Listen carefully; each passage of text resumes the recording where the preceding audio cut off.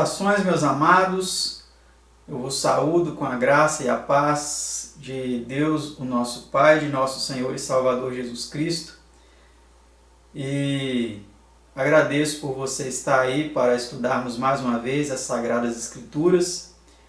Hoje estudaremos o tema de número 68, que tem como título As 7 Últimas Pragas.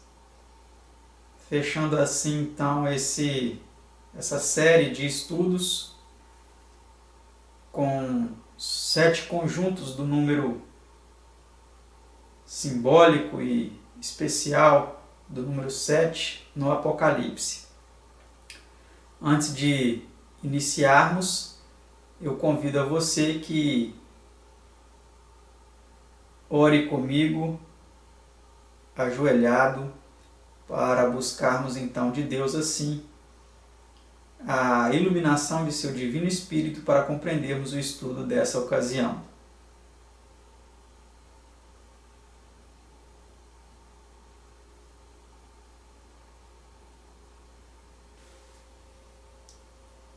Pai nosso que estás no céu, santificado seja o teu nome, o nome de seu Filho unigênito, nosso Senhor e Salvador Jesus. Te agradecemos por podermos estudar mais uma vez a tua palavra com os nossos telespectadores e suplicamos, Senhor, a tua bênção sobre cada um deles. Nos ajude a compreender mais esse estudo, nos conceda, Senhor, o dom do seu Divino Espírito Santo para compreendermos, Senhor, a tua palavra. Nos ajude, Senhor, para que não sejamos atingidos por essas 7 últimas pragas que cairão agora no fim dos tempos. E te suplicamos que nos aceite em Ti, o Teu Filho unigênito, e nos ajude para que possamos ser selados com o Teu selo e sermos assim, Senhor, protegidos contra estas últimas pragas que cairão. Te suplicamos essas bênçãos, ó Pai, agradecidos em nome e por amor de Seu Filho unigênito, nosso Senhor e Salvador Jesus. Amém.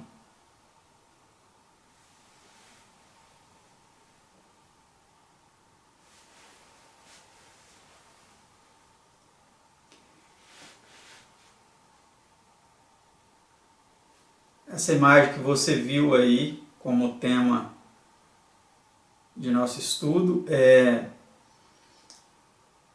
uma imagem muito conhecida por muitas pessoas a lama, né, daquela barragem da Vale que se rompeu lá em Mariana e chegou até o mar, né? Aí do lado tem o rio atingido pela lama e depois o rio aí desaguando no mar e também sujando o mar com a lama, né?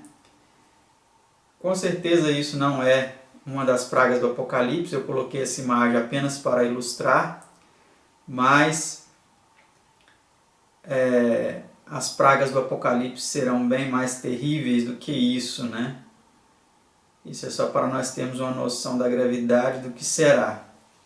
Mas vamos então para a primeira pergunta de nosso estudo, que é a seguinte: qual é afinal a advertência divina contra o falso culto? Se alguém adorar a besta e a sua imagem e receber o sinal na sua testa ou na sua mão, também o tal beberá do vinho da ira de Deus, que se deitou não misturado no cálice da sua ira, e será atormentado com fogo e enxofre diante dos santos anjos e diante do Cordeiro. Apocalipse 14, 9 e 10. Dessa forma, nós percebemos que será algo realmente terrível aceitar a marca da besta e se render a essa falsa adoração. Por isso precisamos ter uma noção clara do que consiste a adoração verdadeira e praticá-la, para não sermos assim então atingidos com a ira de Deus, que será derramada sem mistura de misericórdia. Vamos ver o que diz essa nota em nosso estudo. Durante o tempo de provação, a ira de Deus é sempre temperada ou misturada com misericórdia. Assim o profeta Abacuque ora: na ira lembra-te da misericórdia. Abacuque 3, verso 2. A ira de Deus, sem ser acompanhada de misericórdia, só é derramada quando a misericórdia houver cumprido sua obra e o mal atingido o limite, não havendo mais remédio. Então nós vemos que enquanto a porta da graça está aberta, a misericórdia de Deus ela tem sido estendida aos seres humanos. Mas quando o limite da misericórdia divina alcançar o seu limite máximo, podemos saber então que a sua ira será derramada sem mistura de misericórdia. Pergunta 2. Em que é consumada a ira de Deus? E vi outro grande e admirável sinal no céu, 7 anjos que tinham as 7 últimas pragas, porque nelas é consumada a ira de Deus. Apocalipse 15, verso 1. Então a ira de Deus ela é consumada no derramamento das 7 últimas pragas. Pergunta 3. Como descreve Joel a ira do Senhor? Aquele dia, porque o dia do Senhor está perto e virá como uma assolação do Todo-Poderoso, porque o dia do Senhor é grande e muito terrível. E quem o poderá suportar? Joel 1,15 e 2,11. Como nós podemos perceber nesses textos de Joel, a ira de Deus realmente será algo terrível, que não terá como ser suportada. Pergunta 4. Que disse Daniel desse tempo? Vamos ver o que Daniel disse a respeito desse tempo. E haverá um tempo de angústia qual nunca houve, desde que houve nação até aquele tempo. Mas naquele tempo livrar-se-á o teu povo, todo aquele que for achado escrito no livro. Daniel 12, verso 1, e Ezequiel 7, 15 a 19. Então, nós vemos que realmente será um tempo de angústia muito terrível. Vejamos o que essa nota explica melhor para nós. As 7 últimas pragas serão as mais terríveis calamidades que já sobrevieram aos homens. Como Acabe acusou Elias de ser o causador de calamidades de Israel, assim no tempo da tribulação os ímpios e os que se separaram do Senhor, enfurecer-se-ão contra os justos, acusá-los-ão de serem os causadores das pragas, e procurarão destruí-los como fez Ramã com os judeus. Verem Ester 3, 8 a 14. Mas Deus maravilhosamente livrará o seu povo nesse tempo, como o fez então. Então, realmente será isso que acontecerá, né? Quando as pragas estiverem caindo, os ímpios vão acusar aquele pequeno número de justos, falando, olha, as pragas estão caindo por causa deles, porque eles não quiseram aceitar a marca da besta. E assim então, eles intentarão matar os justos por causa disso, mas Deus livrará o seu povo, assim como ele livrou no tempo de Ester e Mardoqueu, né? Pergunta 5. Qual será a primeira praga e sobre quem cairá? Vamos então agora começar a analisar, ver quais pragas são essas e como elas acontecerão. E foi o primeiro e derramou a sua taça sobre a terra, e fez-se uma chaga má e maligna nos homens, que tinham o sinal da besta, e que adoravam a sua imagem. Apocalipse 16, verso 2. Como vimos então, essa primeira praga, ela consistirá em uma chaga, em uma ferida, que arrebentará nos corpos dos ímpios. Uma chaga má e maligna, provocará uma dor terrível e um espanto tremendo. E essa chaga, ela será estourada, vamos dizer assim, no corpo daqueles que receberam a marca da besta e adoraram a sua imagem. Pergunta 6. Que constituirá a segunda praga? Vamos agora ver qual será a segunda praga.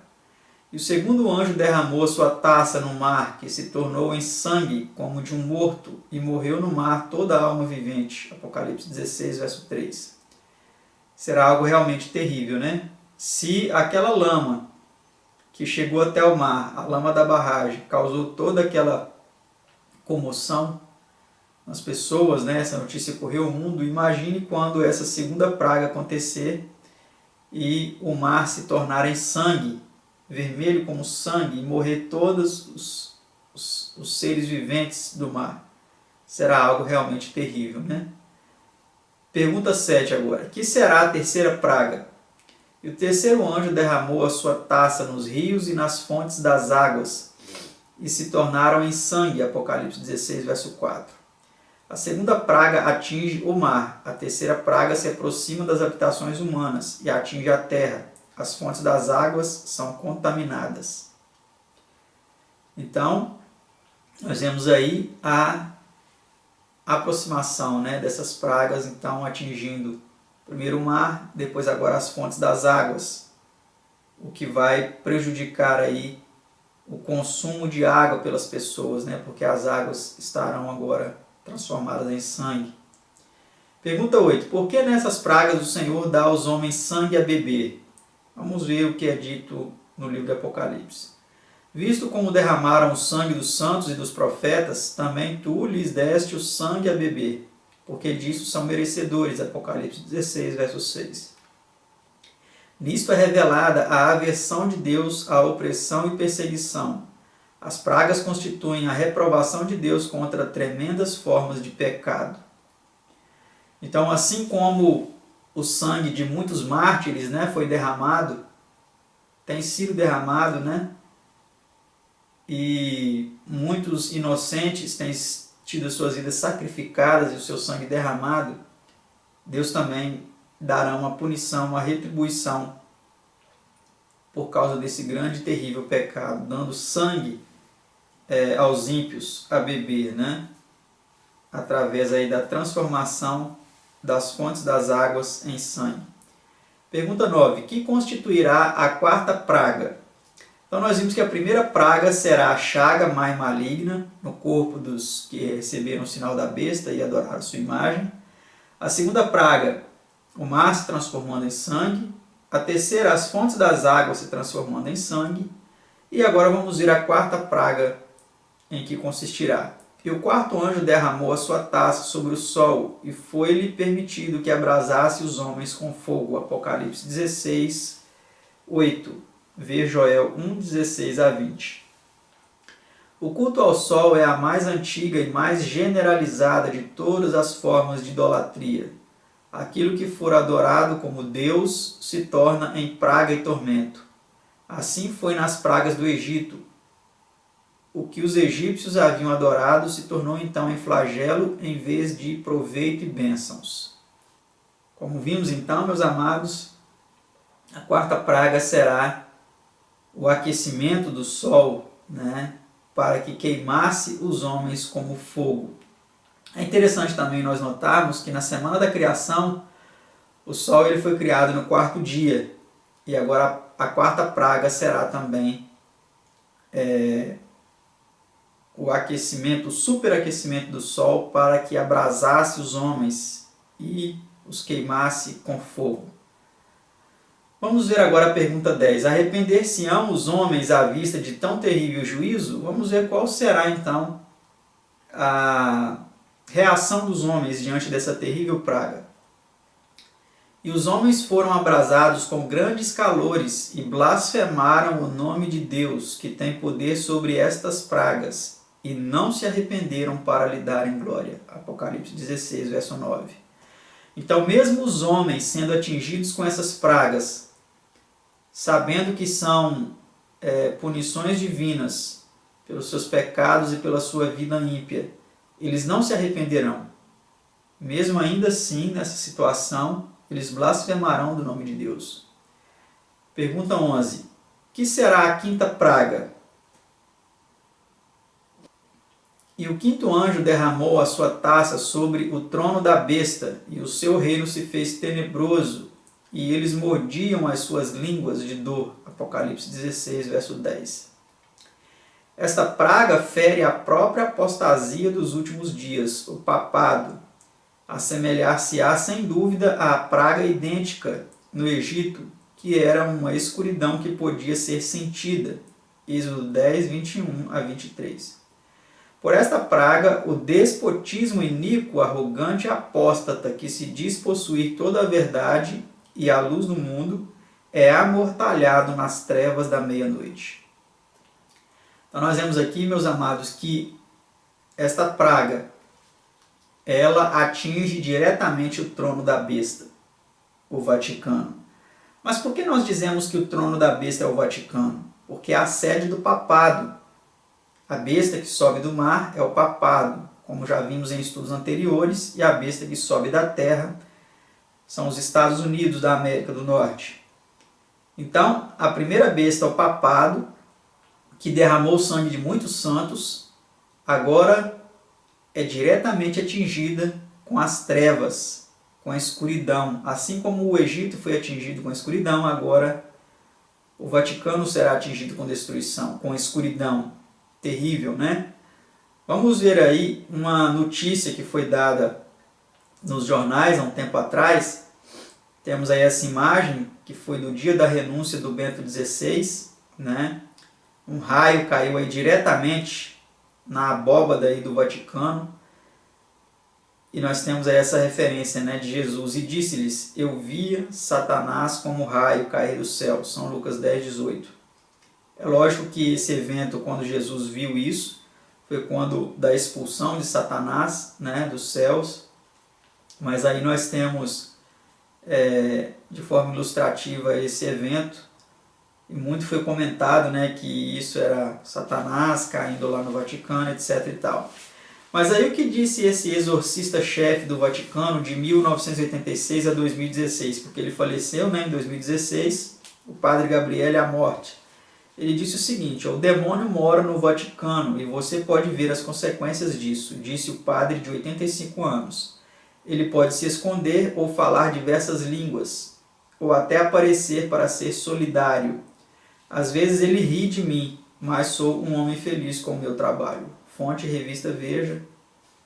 Então nós temos aí que o próprio Satanás, ele habita lá no Vaticano. E ele, como o Apocalipse disse, deu seu trono à besta e todo o seu poder a ela. Então, ali será sentida de forma bem pesada a ira de Deus nesta quinta praga com as trevas sobre o trono da besta. Vamos agora para a pergunta 12. Que ocorre sob a sexta praga? Já estamos chegando à sexta praga, né? Vamos ver o que ocorre então nela. E o sexto anjo derramou a sua taça sobre o grande rio Eufrates, e a sua água secou-se, para que se preparasse o caminho dos reis do Oriente. Apocalipse 16, versículo 12. Isto, compreendemos, se refere à extinção do Império Turco pelas grandes potências do mundo, como passo preparatório para a Batalha do Armagedon. Então, aí para nós entendermos, né? Temos aí esse mapa da Turquia lá em cima, e essa linha em amarelo é o rio Eufrates, né, que vem cortando aí a Síria, depois o Iraque. O secamento desse rio aí é afirmado como sendo a sexta praga. Mas esse secamento do rio, pode ser que aconteça realmente, literalmente, o secamento do rio, mas também é uma praga que dá uma conotação da destruição da Turquia, a extinção da Turquia. Assim como a Babilônia, né? O rio Eufrates passava na antiga Babilônia, ela foi destruída quando o curso do rio foi desviado pelos imperadores ali da Medopécia para que invadissem a Babilônia e ela fosse assim destruída. Então, simbolicamente, o secamento do rio Eufrates é uma alusão aí à extinção da Turquia. Nós temos aí esse outro mapa também que mostra para nós o Oriente Médio, de forma mais clara, mais nítida, né? Aquele filete azul de cima, podemos perceber que é o rio Tigre, e o outro rio Eufrates. Então, o secamento do rio Eufrates é a sexta praga, né? Que acontecerá para preparar o caminho para os reis do Oriente, né, para a grande batalha do Armagedon, né? Pergunta 13. Que que congrega as nações para a batalha do Armagedon? Vamos ver o que vai congregar as nações para essa grande batalha apocalíptica. E da boca do dragão, e da boca da besta, e da boca do falso profeta, vi sair 3 espíritos imundos, semelhantes a rãs, porque são espíritos de demônios que fazem prodígios, os quais vão ao encontro dos reis da terra e de todo o mundo, para os congregar para a batalha, naquele grande dia do Deus Todo-Poderoso. E os congregaram no lugar que em hebreu se chama Armagedon. Apocalipse 16, 13 a 16.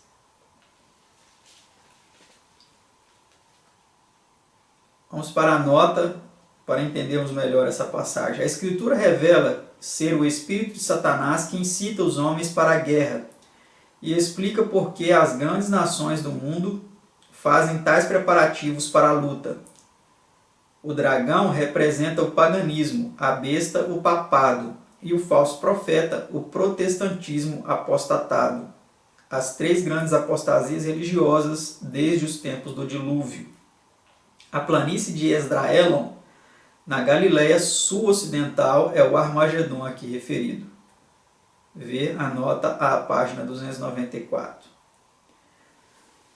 Então, meus amados, a batalha do Armagedon, ela realmente é um fato relatado no Apocalipse, ela vai acontecer.